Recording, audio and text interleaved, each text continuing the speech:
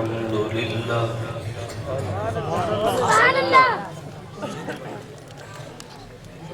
الحمد لله رب العالمين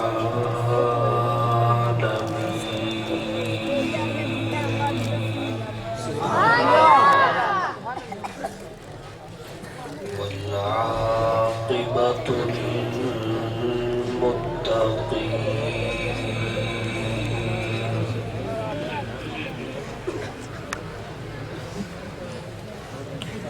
والصلاة والسلام على رسوله محمد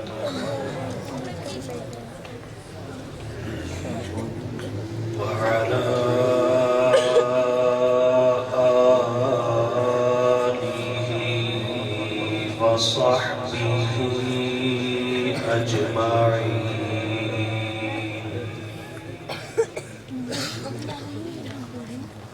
أما بعد فأعوذ بالله من الشيطان الرجيم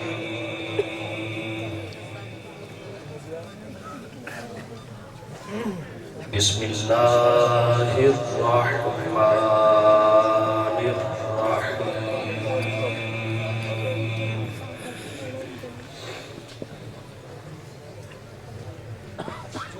قل هل يستوي الذين يعلمون والذين لا يعلمون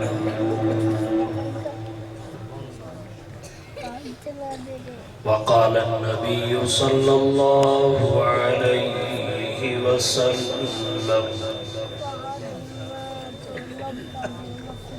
العلماء ورثة الأنبياء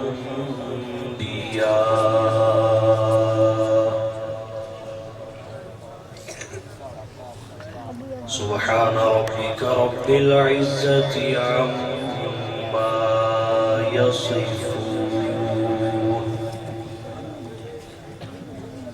وسلام على المرسلين والحمد لله رب العالمين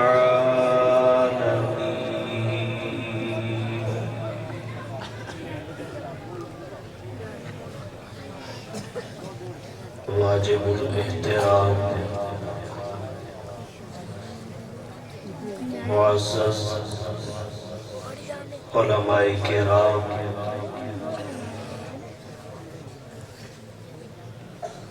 طلباء نظام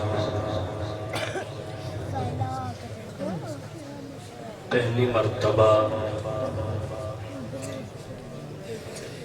ضلع قصور کی اس عظیم دینی درسگاہ مدرسہ عربیہ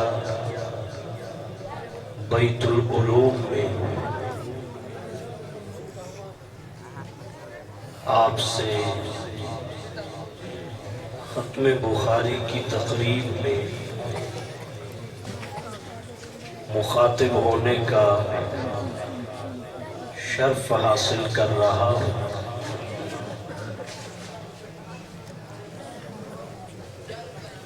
برادر عزیز حضرت مولانا قاری عبدالجبار صاحب برادرم عمر صاحب اور ادارہ کے ذمہ داران کی محبت اور حکم پر عنوان کی مناسبت سے کچھ معروضات پیش کروں گا۔ میں نے خطبہ میں جناب نبی کریم صلی اللہ علیہ وسلم کی ایک مختصر سی حدیث مبارکہ آپ کے سامنے پڑھی ہے۔ حضور صلی اللہ علیہ وسلم نے فرمایا العلماء ورثۃ الانبیاء، علماء انبیاء کے وارث ہیں۔ اس حدیث مبارکہ کو پیش نظر رکھتے ہوئے کسی بھی حدیث کے طالب علم کے ذہن میں یہ سوال پیدا ہو سکتا ہے کہ انبیاء کی میراث کیا ہے؟ علماء کرام انبیاء کے وارث ہیں کس شے؟ کیونکہ یہ بات بدیہی ہے کہ انبیاء کی میراث مال نہیں ہے۔ مال میں انبیاء کی وراثت جاری نہیں ہوتی، اور اس کی متعدد وجوہات ہیں۔ چند ایک ذکر کر دیتا ہوں۔ سب سے پہلی وجہ یہ ہے، اگر انبیاء کی وراثت مال میں جاری ہوتی، لوگ صاحب نبوت کو یہ تانا دیتے کہ انہوں نے مال حاصل کرنے کے لیے اور اپنی اولاد کو نوازنے کے لیے دعوی نبوت کیا ہے۔ یہی وجہ ہے ہر نبی یہ اعلان کرتا رہا ما اسألکم علیہ من اجر ان اجری الا علی اللہ، میں تم سے کسی اجر کا مطالبہ نہیں کرتا، میرا اجر اللہ کے ذمے ہے۔ دوسری وجہ کیا ہے؟ دوسری وجہ یہ ہے، اگر انبیاء کی وراثت مال میں جاری ہوتی تو انبیاء اور امراء کا امتیاز ختم ہو جاتا۔ اور تیسری وجہ یہ ہے کہ مال میں وراثت کے اجراء کے مال کا ہونا اور اسے جمع کرنا ضروری ہے، اور یہ انبیاء کے توکل کے خلاف ہے۔ نبی اگر ایک وقت تناول فرماتے تو دوسرے وقت کے لیے بچا کر نہیں رکھتے۔ چوتھی وجہ یہ ہے کہ جہاں مال میں وراثت کا اجراء ہو، وہاں پہ بعض دفعہ وارث میراث کے لالچ مورث کی موت کا انتظار کرنے لگتا ہے کہ کب مرے مجھے مال ملے، اور بعض جوہلا میراث کے لالچ اپنے ہاتھوں سے اپنے مورث کو قتل کر دیتے۔ شریعت مطہرہ نے مال کے لالچ، وراثت کے لالچ، مورث کے قتل کو روکنے کے لیے وارث کا مورث کو قتل کر دینا وراثت سے محرومی کے اسباب میں ذکر کیا ہے۔ بہرحال متعدد وجوہ سے یہ بات ثابت ہے کہ انبیاء کی میراث مال نہیں۔ اللہ نے مال میں انبیاء کی وراثت جاری ہی نہیں کی تاکہ کسی بھی فرد کو کسی بھی نبی کی موت کا انتظار نہ کرنا۔ سوال یہ ہے، مال میں وراثت جاری نہیں ہوتی، حدیث پر حق ہے العلماء ورثۃ الانبیاء، تو پھر انبیاء کی میراث ہے، علماء انبیاء کے وارث ہیں کس شے؟ علماء لکھتے ہیں انبیاء کی میراث 3 چیزیں، نمبر 1 علم، نمبر 2 عمل، نمبر 3 اخلاص۔ اور یہی تینوں چیزیں انبیاء کرام سے وراثت علماء تک پہنچی ہے۔ انبیاء کا علم، انبیاء کا عمل، انبیاء کا اخلاص، اور یہ تینوں چیزیں مال سے بداہتاً افضل ہیں، اور ولایت عامہ سے ولایت خاصہ تک پہنچانے والی ہے۔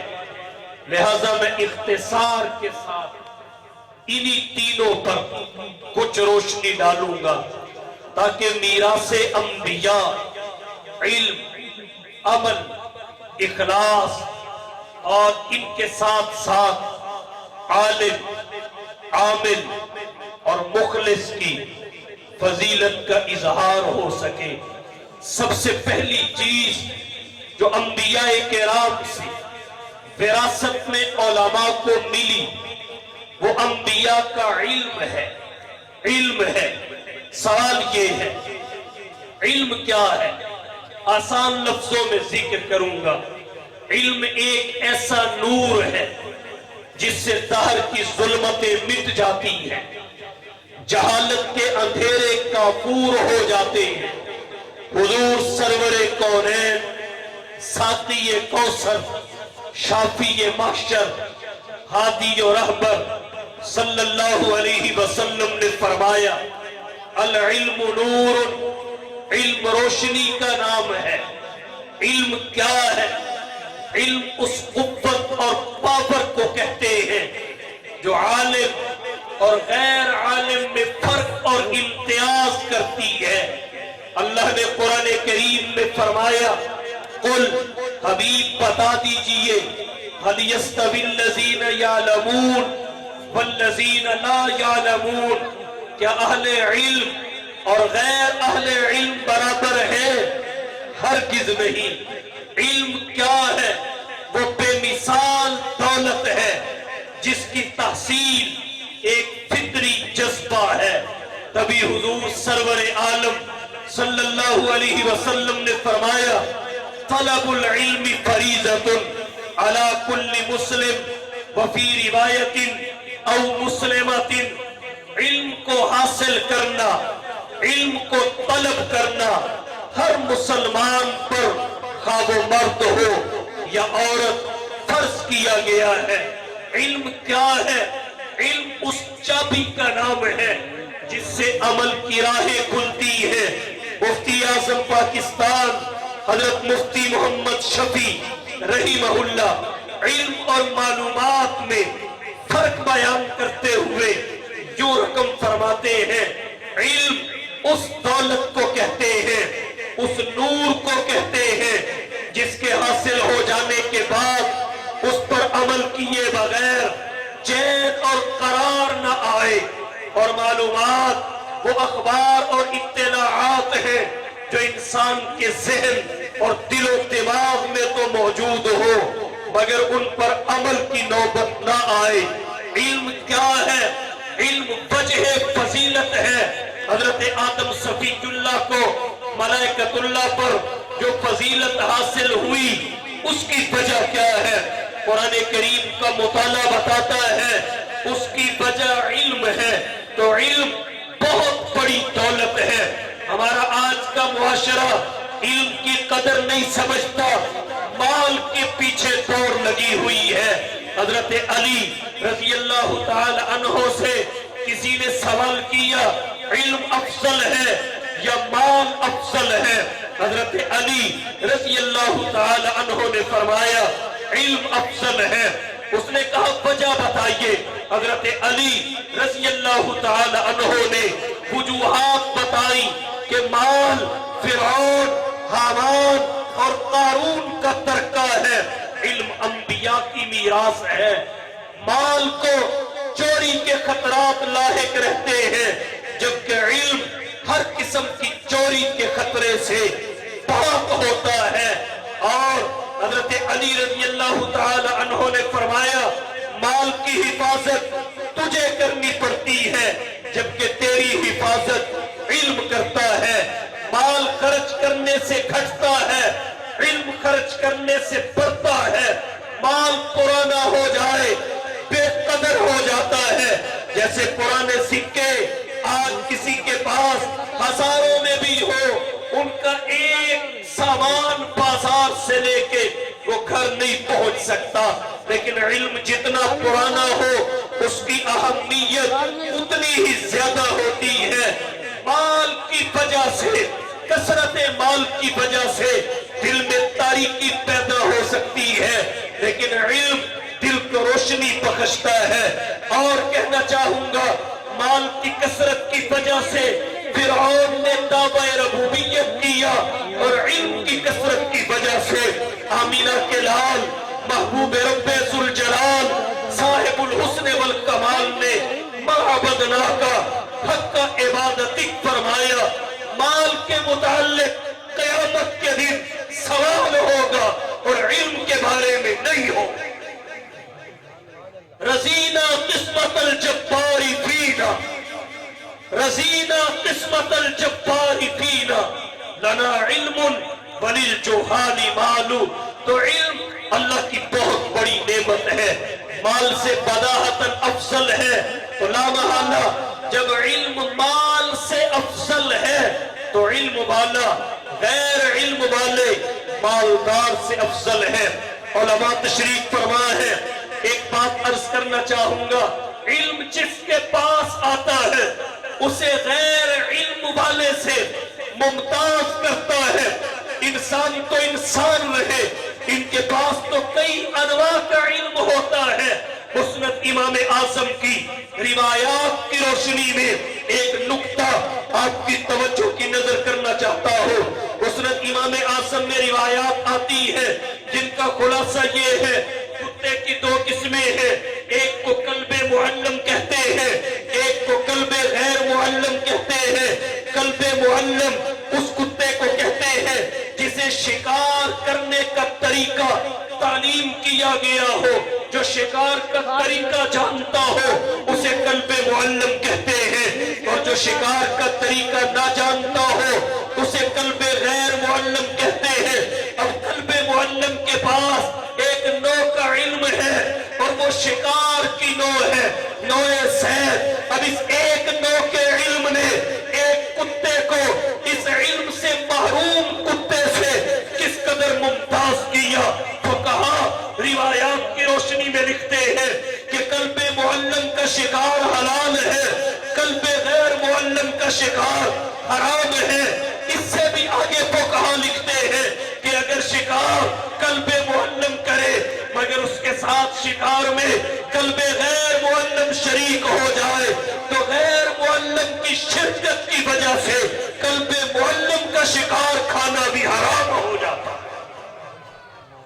جہاں علم کی فضیلت اس سے معلوم ہوئی، ایک نوع کا علم، ایک حیوان کے پاس وہی جہالت کی نحوست کا بھی علم ہوا کہ کلب معلم کے ساتھ اگر کلب غیر معلم شکار میں شریک ہو جائے، بھلے شکار کلب معلم نے کیا ہو لیکن اس احتمال کی وجہ سے، اس امکان اور شبہ کی وجہ سے کہ کلب غیر معلم نے نہ کر لیا ہو، اس کا کیا ہوا بھی کھانا حلال نہیں رہتا۔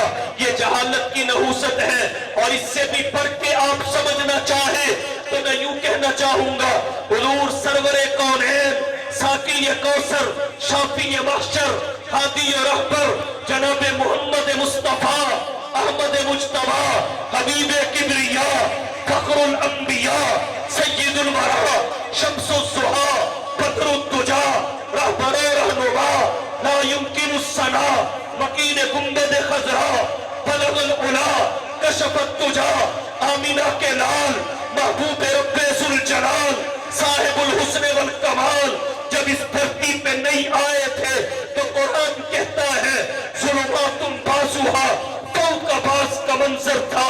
یہ فضا تڑپ رہی تھی, پکار پکار کے کہہ رہی تھی, آقا بدلا ہوا تھا رنگ گلوں کا تیرے بغیر, بدلا ہوا تھا رنگ گلوں کا تیرے بغیر. اور ایک خاک سی اڑی ہوئی سارے چمن میں تھی. ظہور اسلام سے پہلے, بعثت مصطفیٰ سے پہلے کا زمانہ زمانہ جاہلیت کہلاتا ہے. یاد رکھیے اس میں ہر جرم موجود تھا, کوئی جرم ایسا نہیں تھا جو بعثت مصطفیٰ سے پہلے اہل عرب میں موجود نہ ہو. وہ زنا کے عادی تھے, شراب کے رشیا تھے, سود اور رشوت ان کی گھٹی میں پڑی تھی, قتل و غارت گری وہ بہادری کی علامت سمجھتے تھے. عزتوں سے کھیلنا ان کا محبوب مشغلہ تھا. راستے سے گزرنے والوں کا مال چھین کے ہڑپ کر جانا انہیں بہادری کی علامت قرار دیتے تھے. کوئی عیب ایسا نہیں تھا جو ان میں موجود نہ ہو, مگر ان کے زنا کی وجہ سے اسے زنا کا زمانہ نہیں کہتے. ان کے ڈاکے زنی کی وجہ سے, قتل و غارت گری کی وجہ سے اسے قتل و غارت گری کا زمانہ نہیں کہتے. شراب خوری کی وجہ سے شراب خوری کا زمانہ نہیں کہتے. اس زمانے کا اگر نام رکھا گیا تو زمانہ جاہلیت رکھا گیا. کیوں؟ وجہ اس کی یہ ہے کہ جہاں جہالت ہوگی وہاں ہر گناہ ممکن ہوگا. یہ جہالت ایسی منحوس چیز ہے جو قتل تک لے جاتی ہے, زنا تک لے جاتی ہے, شراب خوری تک لے جاتی ہے. نہ جانے کن کن جرائم کو وجود بخشتی ہے, کن کن جرائم کو پیدا کرتی ہے. تو اس لیے اس زمانے کو زمانہ جاہلیت کہہ کے یہ پیغام دیا گیا, تمام جرائم اور فساد کی جڑ ہے تو صرف اور صرف جہالت ہے. جہالت ہے. نعرہ تکبیر, اور یہ مدارس دینیہ مصطفیٰ, یہ شان مصطفیٰ, سر پکڑ سر بلند, عظمت مصطفیٰ, شان مصطفیٰ, نعرہ تکبیر. مولانا شہباز فاروقی صاحب, مولانا شہباز فاروقی صاحب, یہ مدارس دینیہ اندھیرے میں چراغ ہے, اندھیرے میں چراغ ہے. یہ روشنی کا سبب ہے. اسلامی تہذیب, تشخص, روایات اور اقدار کو باقی رکھنے کا ذریعہ ہے. تو عرض میں نے یہ کیا, علم کی برکت ہے, جہالت کی نحوست ہے. یہی وجہ ہے حضور سرور عالم صلی اللہ علیہ وسلم نے حامل علم کو ممتاز کرتے ہوئے فرمایا, نوم العلماء عبادت, علماء کا سونا عبادت ہے. صاحب ذات الطالبین نے حدیث ذکر کی, حضور صلی اللہ علیہ وسلم نے فرمایا, فقیہ واحد اشد علی الشیطان من 1000 عابد.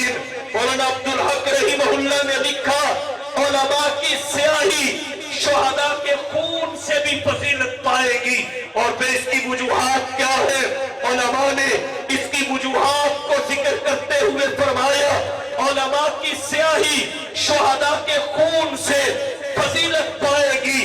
فرمایا اس کی وجہ یہ ہے کہ شہداء کو ترغیب شہادت علماء سے ملتی ہے, مرتبہ شہادت علماء سے معلوم ہوتا ہے, مسائل شہادت علماء بتاتے ہیں.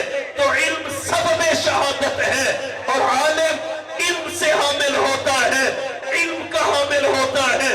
اس لیے فرمایا علماء کی سیاہی شہداء کے خون سے فضیلت پائے گی. اور دوسری وجہ یہ ہے کہ علماء کی مثال بادشاہ کے بیٹے کسی ہے, اور شہداء کی مثال بادشاہ کے فوجی کسی ہے, سپاہی کسی ہے. اور یہ بھی مسلمات میں سے ہے کہ بیٹے کی فوجی اور سپاہی پر فضیلت ہوتی ہے. اور تیسری وجہ یہ ہے علماء وارث ہے, شہداء خاتم ہے, اور وارث کی خاتم پہ فضیلت ہوتی ہے. تو نتیجہ یہ ہے نبی کی میراث سب سے پہلے علم میں جاری ہوئی, اور علماء کے پاس انبیاء کا علم پہنچا.